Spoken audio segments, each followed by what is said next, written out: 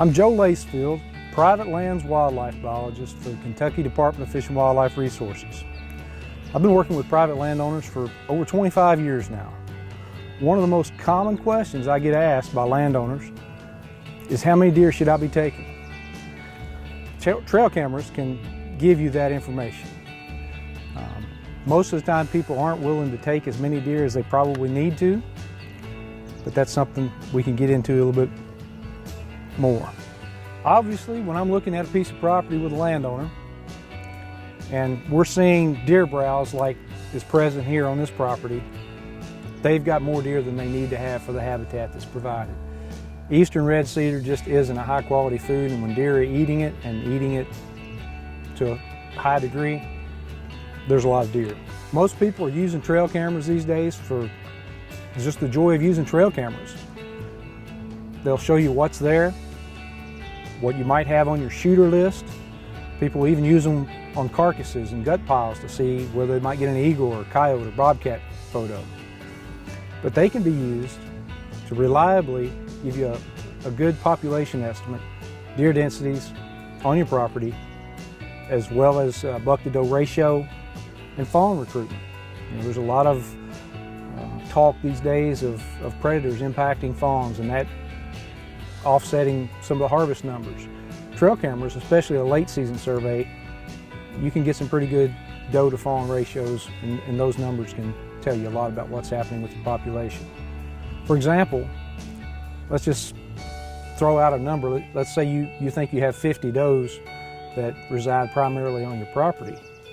If they're averaging 0.8 fawns per doe, well, just to keep that population stable, you're going to need to take out 30 or 40 deer to keep it at the same level it's currently at. And that's a bigger task than most people are willing to take on. You want to start bait sites. Basically, you're going to try to put out a camera per 100 acres and pre-bait about a week in either August, September, or after the rut in December, early January. Those are the two peak periods for doing a trail camera survey. Early on, you can definitely get a list of shooters, but you'll miss some of the fawns. A lot of times those fawns will be intimidated by the larger deer hitting the bait.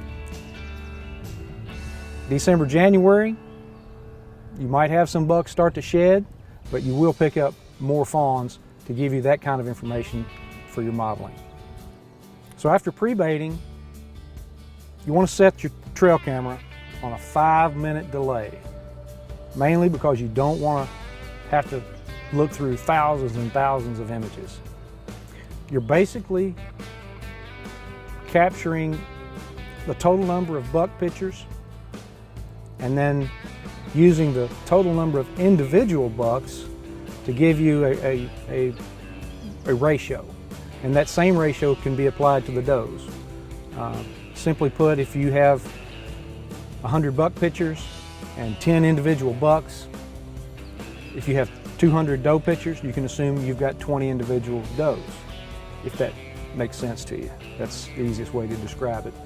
The Quality Deer Management Association has lots of this information on their website on how to run a trail camera survey, and we'll provide some links to that in the text. You want to rebait every day or two so that you keep a steady flow of bait. You don't want it to go dry for a couple of days. You want to run these cameras for 2 weeks total to you'll capture about 90% of the deer population on the property during that 2-week time. You want to put your camera on your tree and always face it north or south. I prefer to face it north. You'll get less false triggers that way. And if you put it about waist high on the tree, you'll get a lot less triggers by squirrels and raccoons and things like that. So that's another thing to consider is your camera height. You put it down low, you're going to get a bunch of critters you probably don't want to get from a trail camera survey standpoint. Another thing to consider is you want to take a weed eater or a bush hog or something and clear out the area in front of the camera. You don't want a bunch of sticks and vegetation and things like that to be in the way. Or really, you don't want large trees to be in the way either that'll block a buck's head, for example. You want to be able to identify what the deer is and the individual bucks. If you can get your hands on white flash cameras, they have much better clarity at night. The infrared cameras, typically, if the deer is moving, the flash is sort of a longer period and you'll get a blurred effect. It's sometimes difficult to determine which deer is which. But a white flash is a real sharp, clear photo compared to an infrared. It's not legal to bait on public lands, so you shouldn't go try to set a trail camera and do a survey of the WMA that's down the road from you or the National Forest. Baiting is illegal there.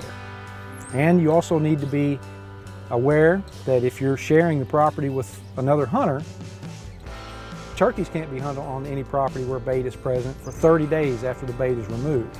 So keep that in mind when you're doing your survey, as to not make it illegal for someone else to participate on the same property. So if you'd like to have a private lands biologist come visit your property and give you some advice on how to manage your deer herd or manage habitat, you can visit our website at www.fw.ky.gov or contact us at 800-858-1549. Somebody will be able to help you, point you in the right direction.